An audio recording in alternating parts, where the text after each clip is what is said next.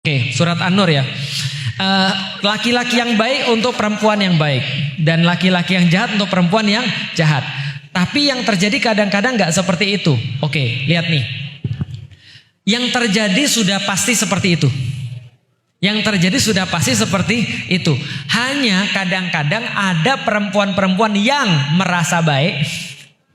Tiba-tiba suaminya jahat. Aku kan sudah baik. Kenapa suamiku dapat jahat? Enggak, lu sebenarnya sama. Cuma lu merasa baik. Itu yang pertama. Yang kedua, sama pas nikah, tapi hijrah setelah itu. Itu yang lebih banyak lagi. Jadi pas nikahnya sama, tapi pas setelah nikah, perempuannya hijrah. Problem lah dengan laki-laki ini. Itu yang banyak juga tuh. Nah itu jadi semuanya sama. Contoh, saya pernah cerita tentang seorang perempuan yang nikah. Yang dia nikah sama seorang mu'alaf. Jadi dia nikah sama seorang mu'alaf. 3 bulan kemudian mu'alafnya murtad. Dan tidak hanya murtad, dia ya karena sudah nikah ya. Lalu kemudian sudah nikah, sudah berhubungan dan segala macam. Ini cewek nangis-nangis. Kenapa Allah begitu menguji saya? Sementara saya itu menginginkan kebaikan. Saya udah tahajud Ustadz setiap hari. Saya sudah banyak sedekah Ustadz. Saya juga sudah banyak melakukan ini. Saya juga udah mau belajar dan segala macam. Lalu kemudian setelah curhat sampai nangis-nangis, saya bilang sama ibunya, "Ibu mohon maaf ibu, mohon maaf banget. Saya cuma mau ngasih tahu aja. Ibu sampai sekarang belum kerudungan." Paham maksudnya? Ibu sampai sekarang belum kerudungan. Artinya apa? Artinya wajar ketika ada orang yang ngelihat ibu nggak kerudungan, dia mau. Karena berarti ketika dia milih ibu yang nggak kerudungan, bagi dia kerudungan itu nggak penting. Kayak saya dulu. Ketika saya nggak suka sama orang kerudungan, nggak mungkin saya cari orang yang kerudungan. Maka secara logika, cowok baik pasti dapat cewek baik pasti dapat cowok baik. Contoh, lihat ya. Saya setelah hijrah, setelah masuk Islam, saya berusaha memahami agama Islam. Maka saya mulai nggak suka dengan orang-orang yang terlalu banyak mendewakan materi. Dulu pacar saya itu orangnya lumayan berada. Dia sering pergi healingnya, pergi ke puncak. Dia sering perginya kemana-mana. Waktu itu, sekarang alhamdulillah mungkin gak begitu lagi. Bagi saya itu udah menjadi masalah. Kenapa menjadi masalah? Karena saya gak suka gaya hidup yang seperti ini. Bisa difahami? Apalagi ketika saya ngomong misalnya Alhamdulillah, Allahu Akbar, La ilaha illallah. Kalau ada cewek yang gak baik, dia suka dengan cowok-cowok yang ngomong kayak gitu. Enggak lah, apa sih ini? Panas gue dengernya. Terus pertanyaan saya, kapan ketemu cowok baik sama cewek nggak baik ini? Kapan ketemunya cowok baik sama cewek nggak baik? Di kampus ya. Di kampus. Saya dulu di IPB, aktivitas saya di dakwah. Di mana di dakwah? Di Badan Kerohanian Islam Mahasiswa.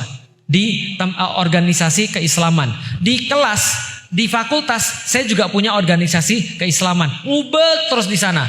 Pagi sampai siang saya kuliah, siang sampai malam rapat, kadang-kadang nempelin di mana-mana poster, nulis, lalu kemudian ngontak orang, datengin adik kelas, ngisi adik kelas dan segala macam. Kapan saya ketemu cewek-cewek yang nggak baik ini? Nggak pernah.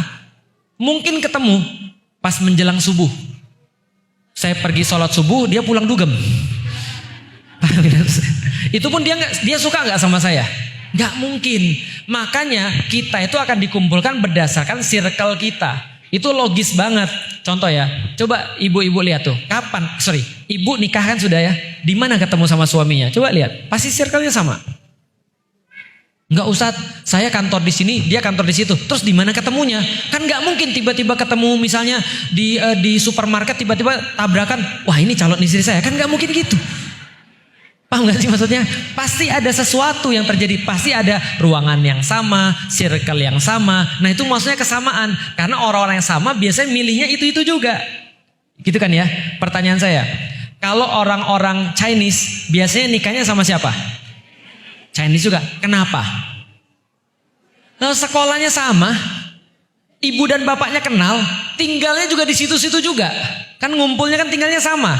Lah wajar kalau mereka nikah sama-sama orang Chinese. Yang aneh tuh saya. Orang Chinese nikah sama orang Jawa. Kenapa bisa begitu? Nah itu menurut suatu gak sama. Kata Ustaz tadi orang dipertemukan dengan orang yang sama. Saya sekelas sama istri saya.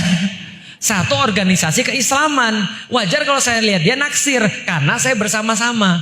Bisa difahami? Maka orang-orang yang naksir itu biasanya frekuensinya sama. Karena sama-sama kelabing gitu kan ya. Sama-sama pergi kelabing. Wah keren nih cewek dance-nya. Wah jadi suka dia. Bisa dipahami? Kalau saya mungkin gak suka sama cewek yang kelabing. Ya gak mungkin lah. Ketemunya juga di mana?